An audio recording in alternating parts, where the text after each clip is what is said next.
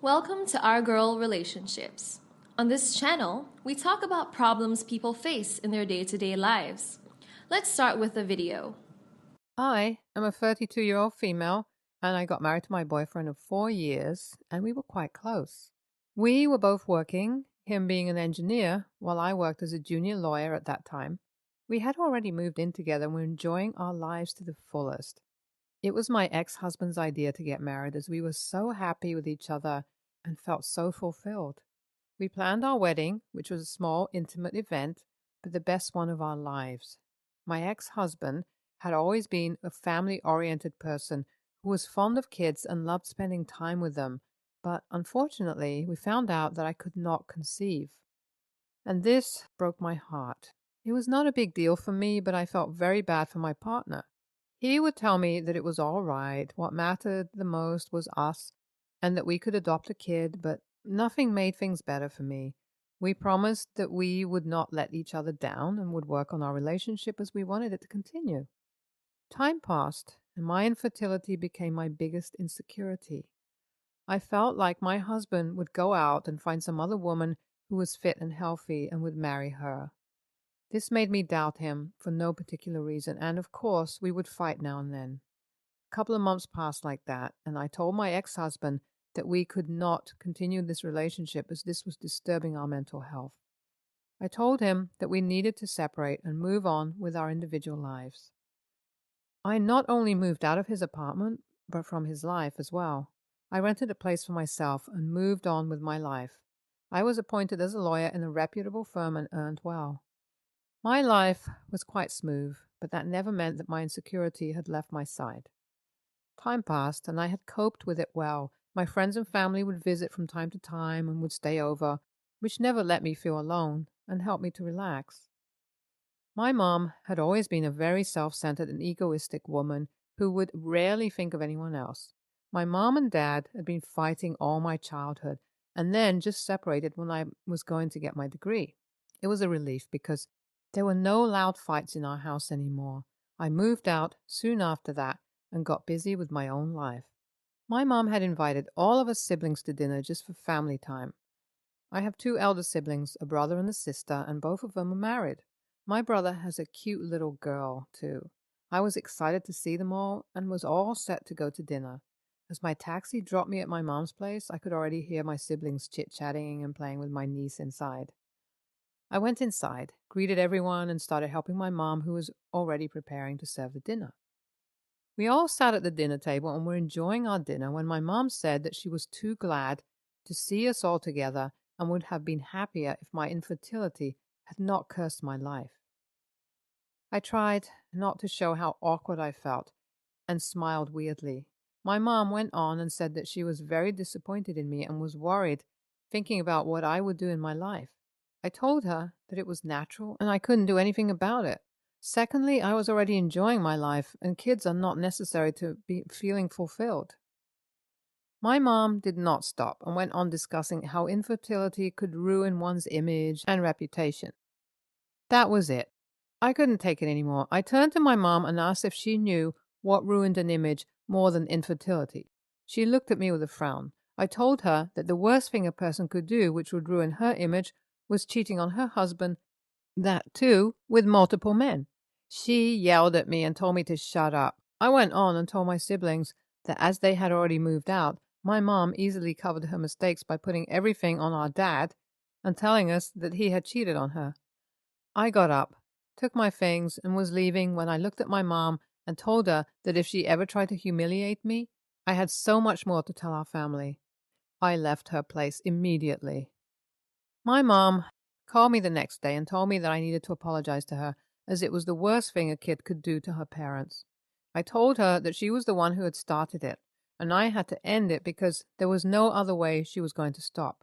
She started yelling on the phone and told me that she never realized that she was raising a bitch. I told her that she was still not on track, and that would just bring more damage. She asked me what else I knew about her separation, to which I replied that I would only get those secrets out when she would forget her limits, just like she did yesterday. My mom told me that she wanted to see me as soon as possible. I told her that I was busy, but she started begging and telling me that I had to visit her. I told her that I would see her and cut the call. I do not know what she wants from me now. Maybe she's just scared because she's got the hint that I know much more about her broken marriage. Well, I went to see my mom on the weekend and she greeted me sweetly.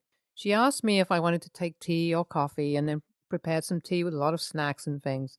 I felt like I was a guest or something because she would never treat me so well. We had our tea and then she, very politely, asked what I knew about her. I told her that I was not going to tell her a word as I had saved them up for later. She told me that things were not like that and that I had misunderstood the situation. She tried to manipulate me and tell me that things were not like that. When she realized that I was not convinced, she told me that I had to apologize in front of my siblings and tell them that whatever I had said was out of anger and never meant that. She told me that she had to face their questions when I left and how I could ruin her image in front of her kids. I told her that it was never going to happen and she must be careful next time, and I left. A couple of weeks passed and my elder sister had invited us for dinner. I just wished it was not another episode of the drama. I went to my sister's place and, of course, all my family were present there. We chit-chatted for a while and then we all had our dinner. We were sitting in the lounge after having dinner when my sister announced that we had got together because I wanted to apologize to my mom as I had tried to ruin her image because she had highlighted my insecurity. I was looking at my sister and could not understand what was going on. A few moments later, I told everyone that I was only going to apologize if my mom said sorry for being mean and for mocking my infertility. My mom thought it was her chance to clear her image, so she got up and told everyone that she was sorry and did not mean to hurt my feelings. She said that and then took her seat, and then it was my turn to apologize. I got up, took my things, and told everyone that I was not sorry at all, because whatever I said was true as hell. I left the place because my mom had to answer so many of their questions. I had done clear damage to her image of being the perfect mom, which she had created by ruining my dad's image. My mom was so furious but could not do anything about it. I knew that she was not going to stay calm and would come up with a new scheme, and oh boy, was I wrong. My mom took the matter to Facebook and wrote a post saying how unthankful her youngest kid was who did not care for her mom's image when her mom had suffered a toxic marriage just to raise them well. She had also explained how she was being ill-treated all this time by her ex-husband and did not walk out of marriage because she could not deprive her kids of a family.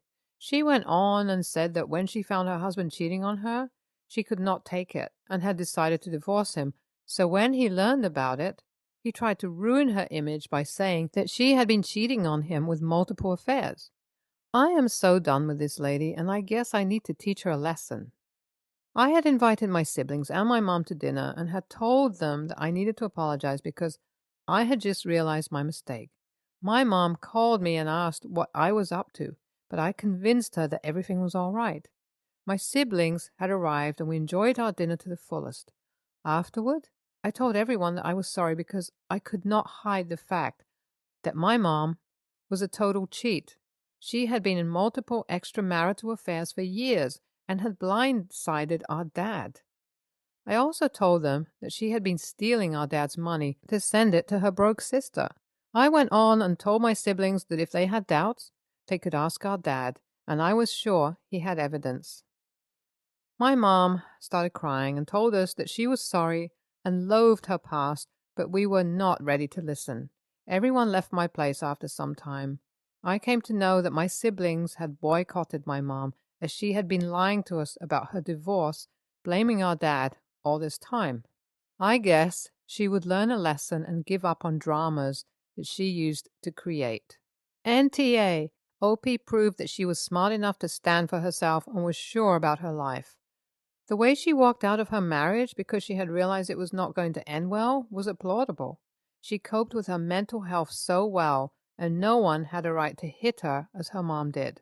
Her mom should have been proud of her girl for the way she was going on with her life without depending on anyone or trying to gain sympathy, but she was too mean to see that. NTA. OP's mom proved to be the real a-hole in this situation. She had started the battle and was now desperate to save her image. She would beg OP personally, but dared to target OP in public. Knowing that her past was so controversial, she should not have triggered OP, but I guess she never had an idea that OP knew so much. She can now enjoy her solitude because I don't think anyone would like to see her again from her family. Next story. I've been planning on taking my girlfriend to this restaurant that just opened up near her, so I planned our date to be today. Early that day, my girlfriend suddenly came up to me and said that she invited 3 of her female friends. I'm not sure why she did that without telling me before. I did not make a big deal out of it, so I was okay. Can't wait to meet them, I guess. So at about 4 p.m., we started to get ready to go to the restaurant, and my girlfriend said that we have to pick up her friends because they don't have a car, apparently. So now I'm even more annoyed, but I just kept calm and went with it. When we got inside, we got a seat for 5 people. So while we were all sitting, her friends finally acknowledged me and started to talk to me. They were saying that my girlfriend's ex was 6'2" and that I'm only 5'7", and were laughing that I was balding. I started to laugh with him to hide the fact that I was very uncomfortable and was angry. What was really disappointing was that my girlfriend never told them to stop. She laughed with them. So our food finally came and the girls were drinking. So now they were even more obnoxious and were talking loudly. I was getting stares, and I even had a waiter to come to our table and kindly let us know that we were being a little too loud. So at this point, I was very embarrassed. So I was ready to leave at this point, so I got a waiter to bring me 2 checks. I was only paying for me and my girlfriend. Under normal circumstances, I would have paid for all of them. However, I had been disrespected all evening, so I didn't feel obligated to. The friends did not like that very much, including my girlfriend. When I said I was only paying for my girlfriend and myself, they basically just started to emasculate me, saying I'm not a real man. They also called me broke. They said other things as well. So one of the friends actually paid for the 2 others and herself. I was very tempted to leave the 3 girls at the restaurant by themselves, but I didn't think it would be the right thing for me to do, to leave 3 women by themselves alone. So I let them get into the car with me. I was taking all the girls and my girlfriend back to her apartment because it was closer. So when we got back to her place, my girlfriend then took me into her bedroom and closed the door. She basically said that I embarrassed her because I did not pay for her friends. I then said that the girls were making fun of me, comparing me to your ex, and emasculated me. She then said I was being sensitive and that I was acting like an a-hole. My girlfriend has also been drinking, so I wasn't really taking anything she said to me personally. However, I did give money to her friends, the amount I would have paid at the restaurant to them just to please her, so she would stop talking to me about it. And then I made sure everything was all right with them and I left. Was I the a-hole in this situation? I don't think I was obligated to pay anything, but maybe I was just being sensitive. I don't know. NTA, you didn't invite them. Your girlfriend did. She should have paid for them. You don't deserve to be ridiculed by people you don't know. They, in turn, don't deserve a free meal for being a-holes just because they are your girlfriend's friends. Next story. My fiance and I are expecting our first child. We've struggled with finding names we like because we don't have many family members with girls' names that we could use. We ended up making a list of any names we liked and decided on Scarlett. For privacy reasons, let's say my last name is Knight. So we decided our daughter's name will be Scarlett Knight.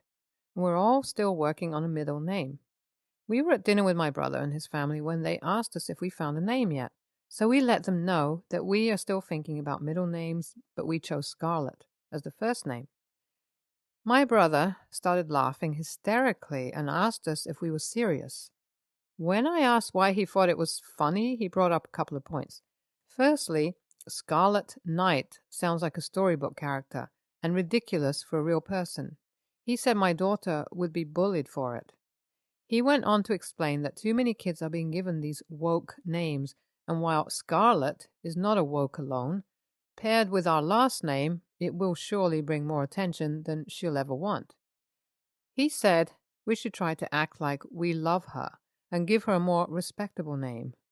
Second, my sister-in-law brought up that my daughter might not have red hair like my fiance's hair. She felt that if my daughter does have red hair, it's nonsense to name her after it. However, if she doesn't have red hair, but we have another daughter later who does, it would be weird for the non-red-hair daughter to be named Scarlet, and for the redhead to be named something else. Maybe it's the whole pregnancy thing, but the naming of my daughter has been so stressful that I yelled at them that this has nothing to do with the potential color of her hair, and it's not right of them to accuse us of not loving our daughter. We've been asked about our name for her for a while now, and we really thought we had found something amazing for her. After I yelled at them, I just burst into tears. My fiancé more calmly told them it's not right that they said such things over our name choice, as they know how difficult it has been for us. He excused us from the dinner, and as we were leaving, my brother told us that he can't wait to get a call in 15 years from Scarlett about her a-hole parents and how they chose to name her for attention rather than because they cared for her. After we got home, my fiancé helped calm me down and let me know that my brother has been sending him texts, calling him awful names for leading me out of the house. Apparently, my brother is mad we left in the middle of the dinner because we couldn't handle the truth about our horrible name choice. I don't really feel like an a-hole because it was cruel for them to say we don't love her. However, now I calmed down and felt bad we left in the middle of dinner after I yelled at them and didn't bother to try discussing it any further. NTA, this is why many people don't announce names until after the baby is born. For those saying that your daughter would be teased for Scarlet or Scarlet, I am not sure about that. It's not a totally uncommon name where I live, and no one says anything about it. I think of a pretty shade of red and Scarlett Johansson, a pretty person. Kids these days are named a ton of weird things. Scarlet is pretty tame. All right, everyone's presentations are done. Nick, the manager, said as he tried to move the discussion forward. Excuse me, I haven't. I recently found out something. Nick interrupted me and began to speak. There's apparently someone in this department who didn't graduate high school and is just a part-timer. Meetings should be for employees only. Absolutely right. His lackey, Mike, of course, agreed with Nick. I'm leaving. After leaving the meeting room, I started to shut down my computer. I noticed that an email had arrived, not in my personal inbox, but in the company's shared email. Thinking, there's no point in speaking up, no one will listen, I went home quietly. The next day, I heard a commotion from Nick's desk. He was staring at his computer screen, his face pale. Nick! Is something wrong? Mike looked at the screen with him. And he turned even paler than Nick. Why is he so angry? Knowing the reason for Mike's distress, I thought to myself, serves them right. My name is Adam. My mother passed away when I was in the 9th grade, and I was raised by my father. Well, you could hardly call it being raised. After my mother passed, my father changed. He drowned his sorrows in alcohol, and though he still went to work, he squandered our living expenses on horse racing. Because of that, I had to start working part-time as soon as I entered high school. Every month, I went to the convenience store with bills in hand that couldn't be auto-deducted from my father's account. Even though I endured it because I didn't want to be alone, I reached my limit in my second year of high school and dropped out. I found a live-in job at a distant inn. Thank you for everything. The day I left home, my father, still staring at the TV, spoke. Take care. That was our last conversation.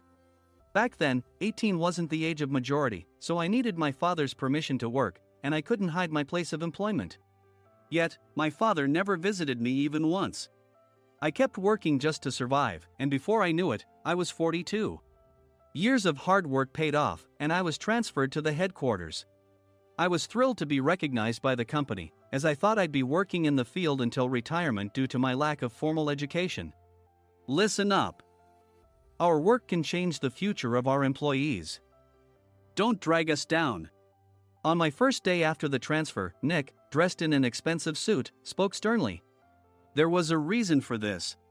Our inn was located in a prominent tourist destination, known so well that everyone in the state could sing its commercial jingle. At its peak, we had 5 locations within the state. But that was long ago. Due to financial difficulties and aging facilities, only the place where I had worked for many years and the original establishment remained. I was prepared to lose my job anytime, but now there was a glimmer of hope. With the rise of social media, the tourist area where the inn was located started gaining attention again. Depending on how hard the sales department, where I was transferred, worked, we could either thrive or be forced to give up this prime location to the new hotel chains continuously popping up. For Nick, who had switched careers from another industry to strengthen our sales, this was a battle he couldn't afford to lose. I understood why he had to be strict. I will do my best. Nick sneered at my enthusiastic declaration. Did you not hear what I said? I'm sorry. I thought I was listening carefully. Out of habit from years of customer service, I apologized reflexively, though I had no idea what had offended him. Someone was watching me with a smirk. In this department, there are those who are expected to excel and those who have been shoved here because they have nowhere else to go. You are the latter. It was Mike, the section chief. He's 7 years younger, at 35. But he was called to headquarters much earlier than I was and had been moving around within the headquarters ever since. I'm not jealous, but I can't accept that he's my boss. Graduating from a prestigious university, he has an unusually high pride and caused many problems as a newbie, making things very difficult for me when I was the front desk leader. When I found out Mike was transferred to the sales department a month before me, I was disheartened. Mike is right. With just a middle school diploma, there's not much you can do. Don't even think about achieving results. As if I didn't exist, Nick remarked, I'm thirsty. Mike eagerly ran to the coffee maker. It seems Mike is Nick's lackey. I regretted being happy about my transfer to headquarters, wishing I had stayed on site forever. Send a direct mail to every company on this list by the end of the day. Nick only assigned me tasks that even a new graduate could handle. What? There are over 1,000 companies. You want me to send to all of them by today? Yes, if you and your fellow misfits split the work, even those with nowhere else to go should finish by today. I glanced at the employees typing away expressionlessly. They were worn out from customer service, only thinking about leaving on time, or were women reassigned after having children, with zero motivation for work. Even Sam, a new graduate from the same university as Mike, who was supposed to be among the expected achievers, had no enthusiasm for the job, having joined the company wanting to do customer service. I don't care what they say, I plan to quit anytime, he said. Only Nick and Mike were highly motivated, making all the decisions between the two of them. I originally only wanted to work at the inn to survive and had no particular attachment to this job. I swallowed my words, thinking I had no right to reprimand them. About a month after the transfer, Nick told us with a frustrated look. To commemorate the 50th anniversary, we've decided to create a plan exclusive for one group per day. Originally, Mike and I were supposed to come up with it, but our president, Mr. Thompson, insists on hearing everyone's opinions. So, you all get a chance. As Nick explained, Mike began handing out prints. Make sure not to embarrass Nick. If your ideas are half-baked, you'll have to redo them. It seemed that they had printed his handwritten notes by Mr. Thompson, which included several questions and a section for free responses. It made sense why Nick had to seek our input, given that all responses had to be submitted to Mr. Thompson. We were given a week to think about it, and a meeting was scheduled to compile our ideas. My plan is to let guests enjoy both the old and modern America. Nick began the presentations. Guests would watch a master confectioner at a nearby traditional sweet shop make sweets in front of them. The welcome drink would be premium tea in a bottle. Nick's plan was certainly attractive. After his presentation, Nick called on us to present in the order we were seated. Just as I stood up for my turn. All right, everyone's presentations are done. Excuse me, I haven't. I recently found out something. Nick interrupted me. There's someone in this department who didn't graduate high school and is just a part-timer. He was likely talking about me. I joined the company as a part-timer and was made a full-time employee when I turned 20. That was 20 years ago, so Nick and Mike probably had no chance to know until recently. Meetings should be for employees only. Absolutely right. After that, Nick kept creating opportunities to solicit everyone's opinions, purposefully excluding me from speaking. The meeting unexpectedly heated up and went past the scheduled end time. A few people asked to leave, and the discussion continued with the remaining few. Still here? Normally, you'd leave in that situation. Though I had no attachment to the job initially, hearing kind words from customers made me want to make them happier. For someone like me, with nowhere to go, the inn was my home and customer service was my life. I felt pathetic about my current self. I'm leaving. I left the conference room and started shutting down my computer. I noticed an email had arrived, not in my personal inbox, but in the company's shared email. Thinking no one would listen to what I had to say anyway, I quietly went home. The next day, while preparing the DM as instructed, I heard a commotion from Nick's desk. In his haste to stand up, he hit his knee on the desk. He stared at his computer screen, his face pale. "Nick? What's wrong?" Mike, thinking he should be the first to rush over, approached Nick while still wearing his coat. He peered at the screen with Nick. And he turned even paler than Nick. Why is he so angry? Who is responsible for this company? Nick, more irritated than ever, asked, and Mike answered without checking. Probably Sam. Sam wasn't there because he was attending a morning training session for new hires. Nick gave up on getting angry and returned his gaze to the screen.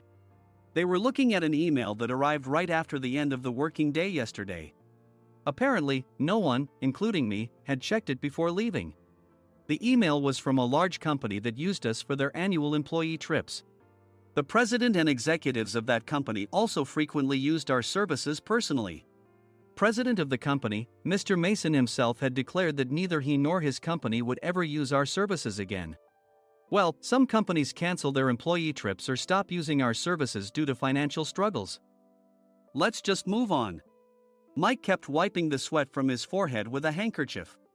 Knowing why Mike was so agitated, I quietly watched their interaction. Do you know how much revenue we get from that company? We can find other guests to fill the rooms, but we'll lose the banquet costs, gift shop revenue, rental car fees, and more. Moreover, the gifts were supposed to be prepared by the traditional confectionery shop involved in Nick's proposed plan. If it's known that we incurred such a huge loss at this critical time, Nick's position in the company would be jeopardized. Nick took a deep breath, seemingly trying to calm himself. All right, Mike. Go to New York right now and apologize to Mr. Mason. What? You're coming with me, right? I have urgent work to do. I trust you, which is why I'm entrusting this to you. Please. Mike, believing Nick's sincerity, agreed with a determined look on his face, saying, yes. That's Nick for you. Even if Mike went to apologize, Nick would shift all the blame onto him if the client didn't change their mind. Well, it was Mike's fault to begin with, so it served him right. About 3 hours later, Sam answered a call from somewhere and repeatedly apologized, saying, I'm very sorry. Everyone watched to see what was happening. After ending the call, he informed Nick with a weary tone. When Mike arrived at the client's company, he only made things worse, further infuriating Mr. Mason. He was demanding, get his boss here immediately. It was no wonder Sam was exhausted, dealing with such a call right after returning from training. What is that idiot doing? All right, Adam, you're coming with me. If sacrificing Mike didn't work, then I must be next. Normally, I'd want to refuse at all costs, but I saw an opportunity in this situation. If I can be of assistance, I'd be happy to join you. I immediately followed Nick, and we flew to New York. When we introduced ourselves at the reception, it became clear how serious the situation was. As the receptionist personally escorted us to the president's office. Angry voices leaked through the door, making both Nick and me uneasy. Excuse me. I'm Nick, the supervisor. I understand my subordinate has caused you trouble, and I deeply apologize. Nick, with his experience in the corporate world, knew enough to offer an apology before excuses. However, his customer service skills left much to be desired. I sighed as I saw Mike trembling like a small dog in the corner of the room. What kind of training are you giving your subordinates? Mr. Mason glared at Nick with a red face. The intensity of his gaze made even Nick take a step back. Regrettably, I joined this company only 2 years ago and was unaware of Mike's issues. I should have identified his shortcomings sooner. Indeed. I should have realized sooner. No sensible person would come to apologize and then give a lengthy presentation on the drawbacks of not using their in. Nick froze, his mouth slightly open. Suspecting the worst, I picked up the documents that had fallen to the floor. It seemed Mike hastily prepared these documents on the plane, listing the disadvantages. Disadvantage 1: if you change the venue for the company trip, employees might suspect it's for cost-cutting reasons, leading to a negative impression. Reading it aloud half-jokingly, Nick snatched the papers from my hand and checked the contents with a furious expression. Among the stack of documents was a receipt from a nearby convenience store's copy machine. I felt a pang of dread, hoping he hadn't shown the receipt as well. What do you think he said when I asked what kind of nerve he had to do this? I'm very sorry. Faced with the dire situation, Nick must have thought there was nothing left to do but apologize. In a voice smaller than I'd ever heard from him, he uttered words of apology. He said, "I'm a Harvard graduate. I don't believe I said anything wrong." Mike! What have you done? Forgetting his plan to pin the blame on Mike, Nick yelled loudly, even in front of Mr. Mason. "I didn't do anything wrong." "You're still saying that? Look at him." Mike pointed at me with a shaking hand. "I was assigned to headquarters in my 20s and now I'm a section chief. This guy only made it to headquarters at 42. Everything I've done proves I was right. So why are we losing the contract?" Having said his piece, Mike collapsed to the floor. "Of course. You were sent there because you had nowhere else to go." Mike never expected to hear such words from someone he looked down upon. He lunged at me, and Nick hurriedly stepped in to stop him. "Mr. Thompson told me Mike is a quick thinker, and to take good care of him." There's no way he was pushed aside. "Don't make things worse here. He didn't say quick thinker, he said only quick-witted, didn't he?" I don't remember that part." I recalled the many troubles Mike caused when he was a newbie. When Mike was on the front line, his pride was so high that he never apologized to customers. Customer service, especially in our job, doesn't work alone. It brings both good and bad situations. If the front staff or housekeepers made mistakes, or the cleaning company didn't properly clean a room, one had to apologize to the customers regardless of personal fault. Mike, in such situations, would never apologize, insisting he wasn't at fault. This often angered customers, and as the front desk leader, I frequently had to apologize on his behalf. He caused complaints and disrupted operations, which is why he was quickly moved to headquarters. In departments where he didn't interact directly with customers, his quick thinking was beneficial and things went well. But it seemed his flaws were starting to show. Corporate reservations are supposed to be entered into the system by the sales representative. But a quick check yesterday revealed that more than 10 items were missing from the client's reservation. The handover document clearly stated what needed to be prepared. Why didn't you enter it into the system? Why do we have to give them special treatment? Filling rooms near the banquet hall, setting up all the food in advance. Specifying the brand of wine, they're too demanding. No wonder he always angered customers, I thought, feeling a headache coming on. Grouping them in rooms near the banquet hall is for our benefit too. It makes it easier for the staff to set up beds and serve breakfast since everyone's schedule is synchronized. As for the other requests, Mr. Mason suggested them to lighten our load. I didn't know that. Nick finally seemed to realize that Mike was the one who had angered the client. What did you say to them? I just told them we wouldn't give them special treatment anymore. We shouldn't waste effort on things that don't bring in money. I was utterly exasperated at his lack of understanding of customer service. Of course, we shouldn't comply with unreasonable demands. But carrying over successful practices from past stays makes customers feel remembered and enhances their experience. Good memories encourage repeat visits. That's part of our job.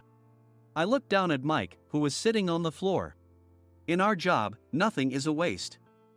Mr. Thompson likely moved you to the sales department, hoping you'd finally understand this. How do you think he feels now that you failed to meet his expectations?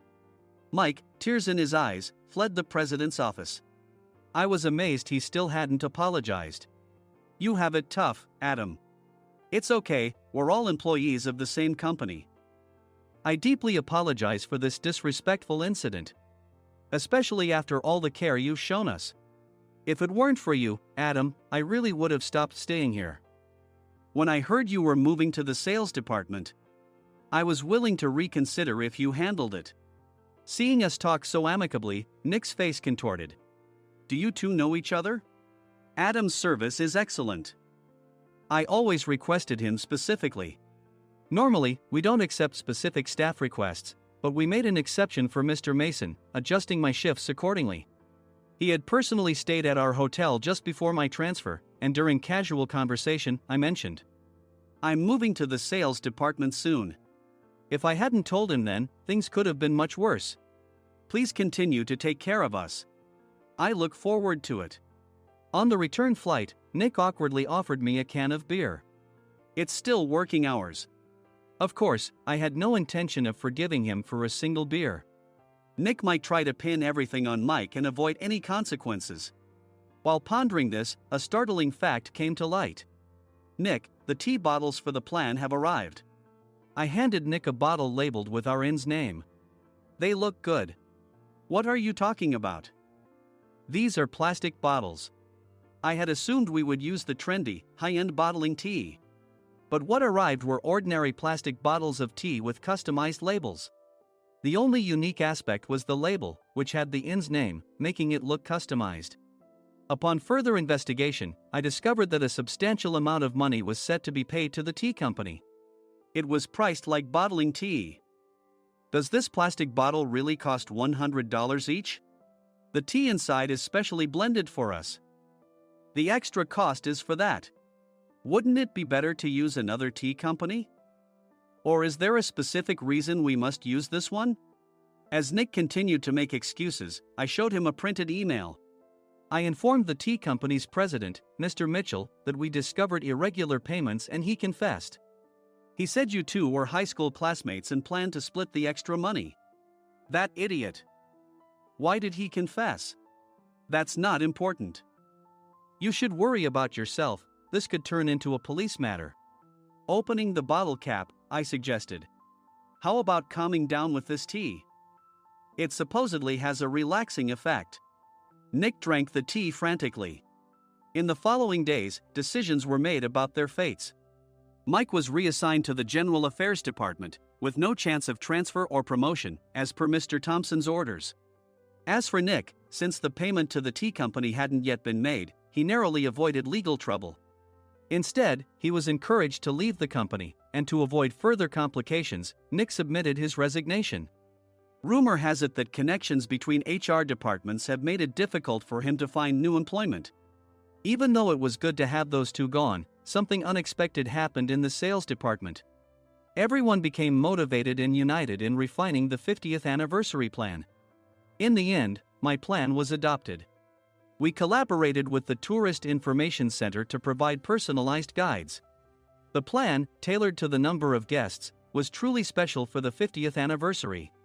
Hey, is Adam's family coming to stay? I immediately booked that special plan for my family.